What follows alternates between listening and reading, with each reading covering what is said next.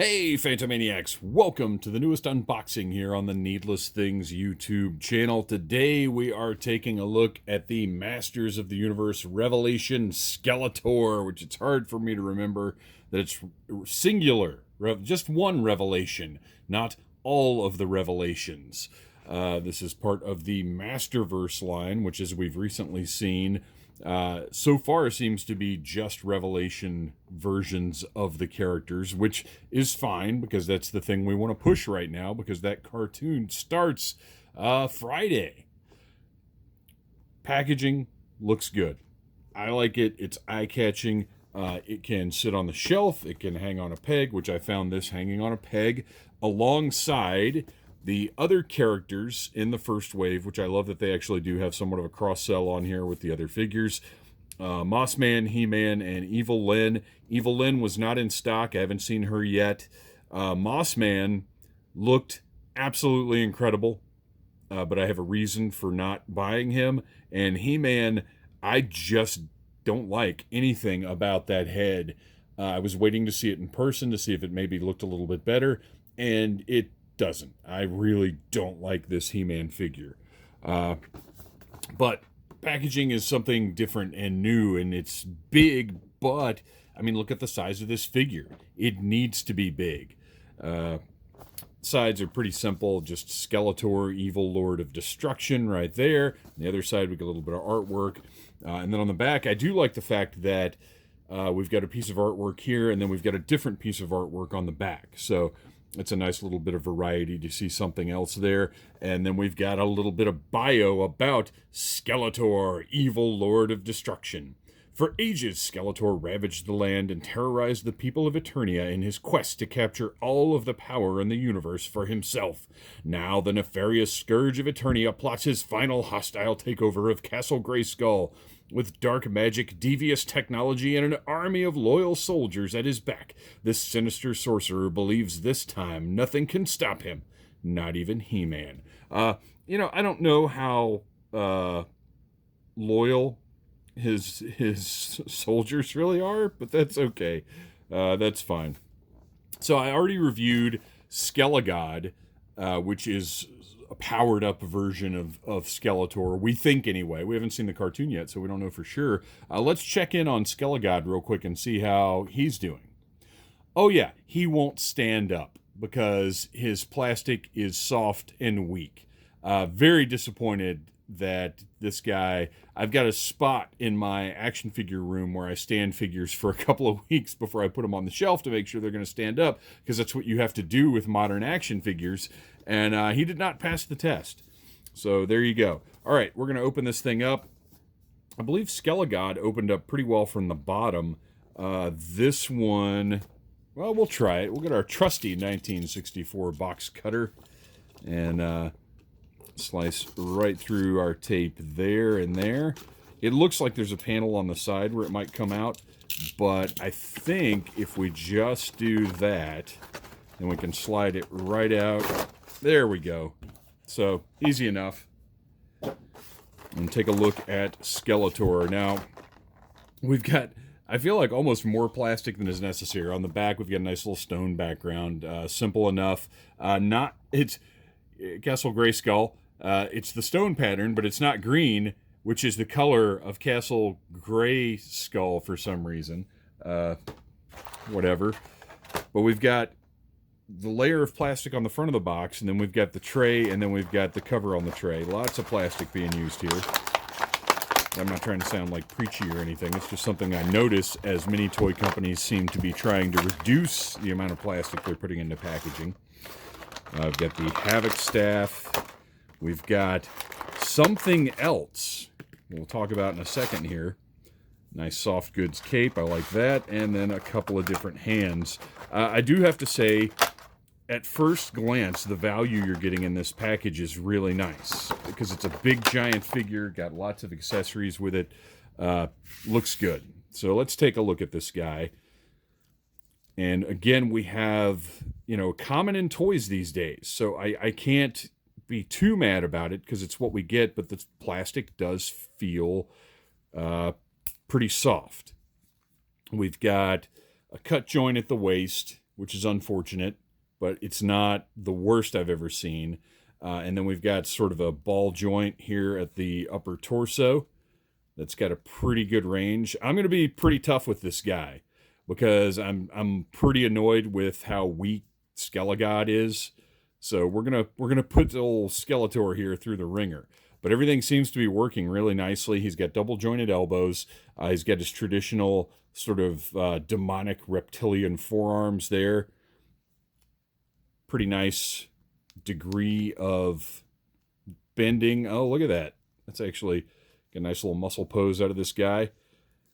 And it looks like his torso, and I've had this problem with NECA figures before, although not for a bunch of years, or a few years now, wants to sort of lean to his left. There we go. I think I straightened it out a little bit. I've got a 1989 Batman figure from NECA, and actually it does. It looks like it's kind of stuck. Turn this guy around a little bit and see if we can get that straightened out.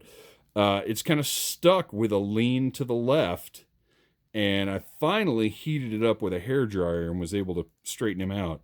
This guy, it's okay. I'm annoyed with this line right now, so I'm maybe being a little bit too hard on him. He looks great form-wise. I like the height. I like the size. These are different from classics.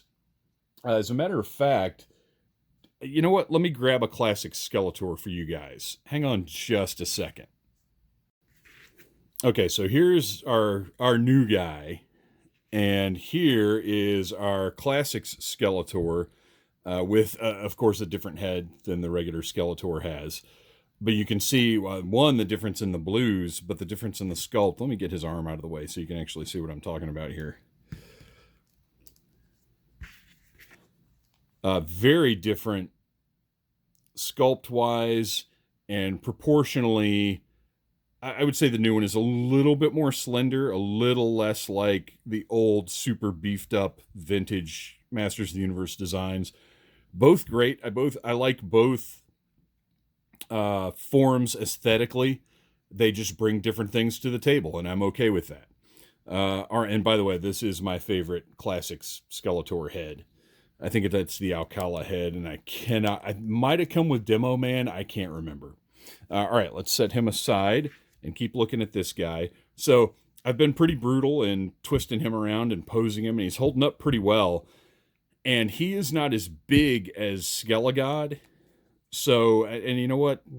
Let's just go ahead and bring this guy over here so we can do a direct comparison. Feeling Skelegod again, he feels... And I noticed it, but I was hopeful that it wouldn't really be a big deal. But his plastic feels different. But you can see he's much bigger and bulkier.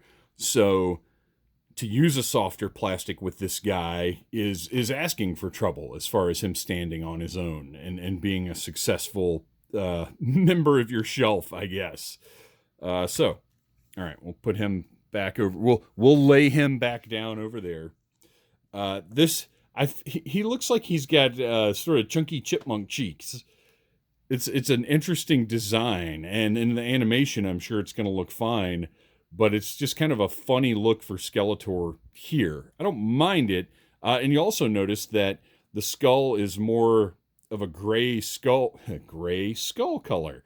There it is again, than the green that we normally associate with Skeletor. I do love all of the extra paint. I love all the paint on this guy. Now his chest piece. Oh, that's interesting. I don't know how I feel about how that works. So you can see here the fabric of his cape. It actually is around his neck, so it's different from how Skelegod worked. It's not hitched up under here. It goes all the way around his neck, which is nice. And then the paint looks great. All the different colors here, his crossbones, the little gem right here. I don't care for this at all. That needs to attach a little more securely than it does. That's really annoying now. Now that I've noticed it, that's pretty terrible. How can this not, like, plug into something? All right, whatever. He's got swivels, nice hip joints, work really well, double-jointed knees. all of the joints work nicely, which is a huge step up over, there we go, over the classics, which would often have issues with stuck joints. But here we have these, the great sort of standard issue ankles that are on everything now with the pivot on the peg. Pretty great there. He's got his Shin Guards, which I didn't know until I was looking through Pixel Dan's book the other day. I thought that all vintage Skeletor figures had only the fronts of the Shin Guards painted and were blue in the back, because that's the one I saw when I was a kid.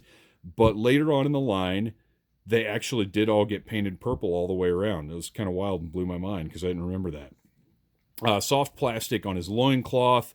Everything's good there. Doesn't interfere with his posing in any way. This is where you can see where his harness attaches in the back. And then nice soft goods cape. I like that they didn't go for too much with this. Like, it doesn't look like Spawn's cape or something. It's just, it hangs down. It has a nice texture to it. It serves its purpose. It doesn't need to be too much. We've got the great Skeletor fist here with the glossy talons. I don't want to call them fingernails. And then this hand is C-grip, ready to hold whatever. So let's take a look at the accessories for this guy. We have one hand that's like a pistol grip kind of hand.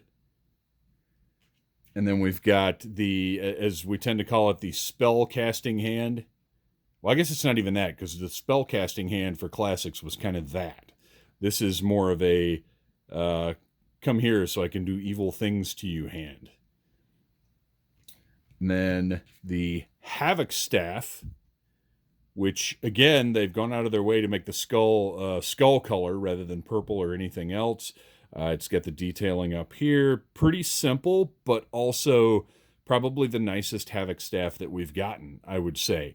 The sculpt looks really great. A lot of this reminds me so much of the 2002 cartoon and designs, and I think that's a good thing, because that's my favorite version of Masters of the Universe, as far as the cartoons or other media goes. The ram's horns have a really stylized curl to them. They're not just a simple circular curl or spiral. Looks really, really nice. Lots of extra paint on there compared to what we normally get from Mattel or even Hasbro. So let's see. Oh, and we've got one last item here. This is where I need your help, commenters, people watching this video. What the heck is this? It is not the Staff of Avion. It is not the Sorceress's staff. And it looks very familiar to me, but I'm just not too sure what it is. And I'm sure it's an important MacGuffin for the animated series. All right, so this is a little weird. We've got his sort of trigger hand that... Oh, and you know what? I realized he does not come with a power sword at all. So he kind of holds his staff with that trigger hand, I guess, like that.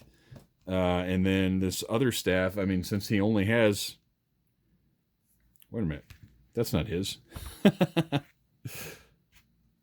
Okay, let's try that again. He holds his staff. He'll hold anybody's staff he wants to. He's Skeletor. You know what? And this one is a little more... The size seems a little better on the new one, I think. It's a little smaller. It's a little more slender.